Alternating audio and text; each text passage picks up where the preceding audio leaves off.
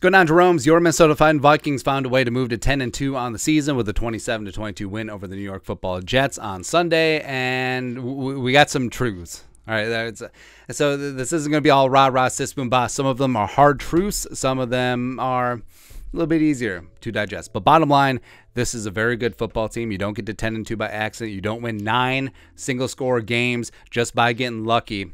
Sort of is what it is. But the Vikings are getting it done. Truth number 1 on a Monday. The Vikings defense came up clutch late. Now, they had a goal line stand. Of course, Braxton Berrios dropping that what would have been the go-ahead touchdown is also nice. And also an interception by Cam Beasley to end it, which makes 4 games this year where a Vikings DB turnover has ended the game, which is kind of nice. But they stood their ground, and they also came up big in the red zone before. The Jets were 1 of 6 in the red area, 3 of 16 on third down. So overall, it was a pretty good performance. Would have liked to see more pressure on Mike White late, but the defense was on the field a lot in that second half, getting a little bit gassed, but that sort of is what it is. But it was far from perfect. It really was far from perfect, because that goes into number 2. They bent way too much. The whole bend but don't break defense, but they gave up 486 yards to Mike White. Mike White. Right, and also they had scores on 5 straight drives in the middle of the game, which is absolutely too much. And you could say, yes, they only gave up 1 touchdown, which is sort of fluky. The whole Mike White, did he get over the goal line? I don't think he did, but whatever. But they're trending in the right direction. Like, you do see Ed Donatel trying some new things, having some more blitzes. Harrison Smith allowed to be him, as well as mixing up a little bit more man versus just zone, soft zone. So I think that they are trending in the right direction, but it was just really rough at times. Especially, you can only blame the offense for so much. Like, the offense didn't make the defense miss tackles and just give up huge plays, chunk yardage, which was something that we were worried about before the game. But it's getting better. And I think that if the offense and the defense can be better partners in the way that stylistically this team is designed to win, where the Vikings have the lead, double digits ideally, and the offense is still producing and keeping the defense rested on the sideline, and then the defense in very clear passing situations and when the other team's in catch-up mode, able to pin their ears back and get after it, that'd be perfect. It would be perfect, but we'll see. Next up, truth number 3.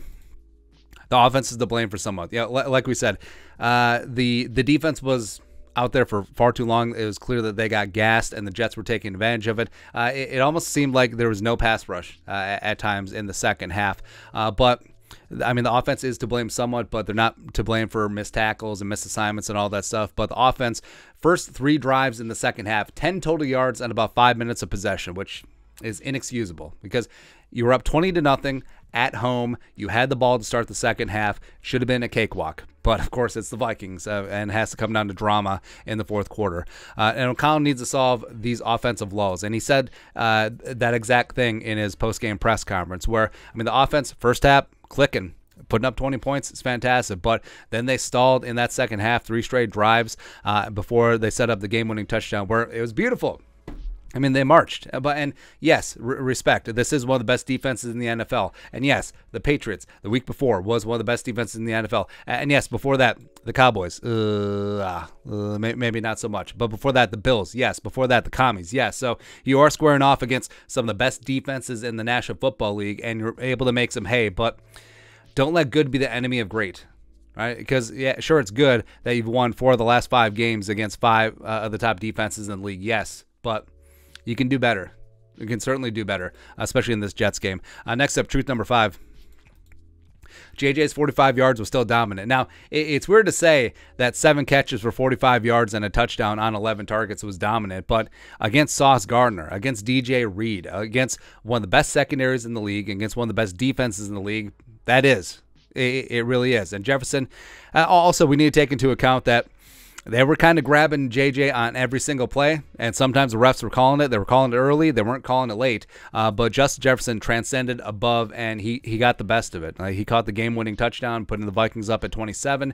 So, I think that even though it wasn't the 150-plus yard game, multiple touchdowns type one that you expect from a dominant performance, Justin Jefferson, where many lesser wide receivers have been humbled against Sauce Gardner and the Jets, he stood tall. And he did a damn good job.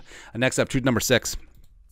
The offensive line fared well on Sunday. Now, they were really good run the ball in the first half. That 86 rushing yards in the first half, sort of curtailed in the second. The Jets made some really good adjustments with respect to Rob Salah, but overall, they only allowed 2 sacks. They had a handful of pressures, but again, it's one of the best pass rushes in the National Football League, and it was without Christian Darrisaw.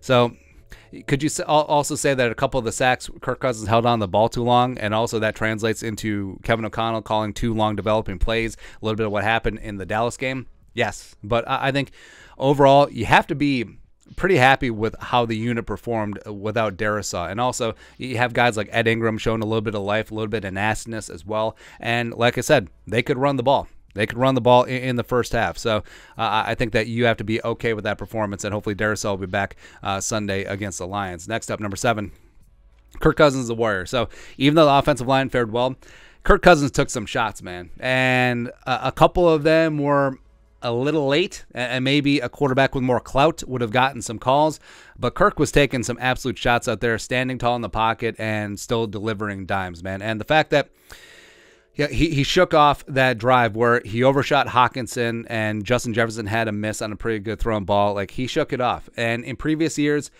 he hadn't shaken off mistakes. And in previous years, when he got hit, he started seeing ghosts. But then the Vikings offense, they just sacked up, and then they marched down 75-plus yards, and they put one in the end zone, which was the game winner. And Kirk Cousins, he's not putting up huge monster stats the way that he has in previous years, but I will ride and die with this version of Kirk Cousins. He will get it done in clutch time by any means necessary. Next up, number 8. Run the ball more. So as much as we were saying, I love and trust Kirk Cousins, they got to run the ball more. So Madison and Dalvin were running hangry in the first half. Each of them had a touchdown. The Minnesota Movement Company was getting some confidence up front. Plus, I just love the huevos of O'Connell and Phillips and offensive line coach Chris Cooper saying that, hey, one of the best front sevens in the National Football League, spearheaded by Quinnen Williams and C.J. Mosley. We're outside zone running team. We're going to run man. We're going to run gap. We're going to run power straight at their ass. And that's why the Vikings had so much success.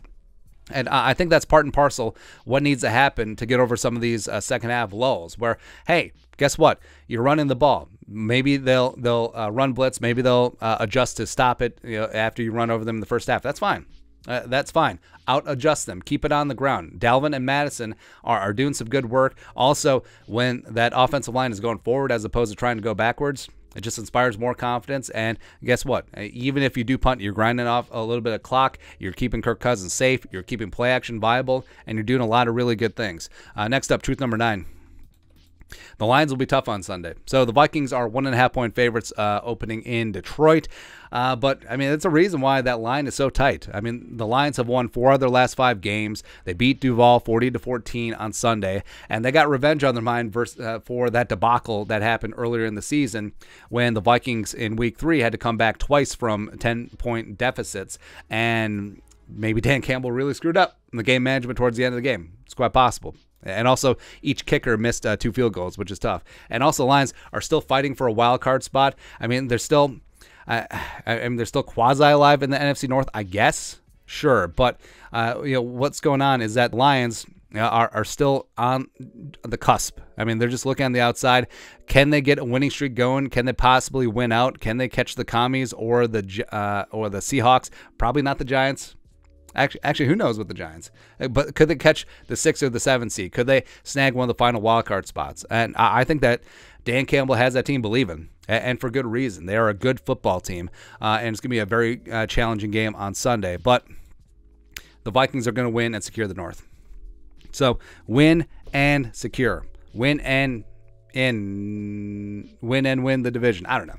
We can't think of anything catchy right now. But the Vikings, I think, will be road warriors. I think they'll get it done. What a rush. And I mean, Kirk Cousins better be wearing all the chains on the way home. All the chains. All the chains. Because you remember what happened when the Vikings won at Buffalo and Kirk Cousins didn't wear the chains home? Oh, what happened the next week? Smack. So that ain't happening again. Yeah, we ain't going to take the Colts lightly either. But that's it. That's 10 truths on the 2022 Minnesota Vikings through Week 13. Let us know your thoughts, our thoughts, in the comment section below. Subscribe for daily Vikings takes. Want to support the work? Put a little something in the Venmo. But till next time, Skol, production value.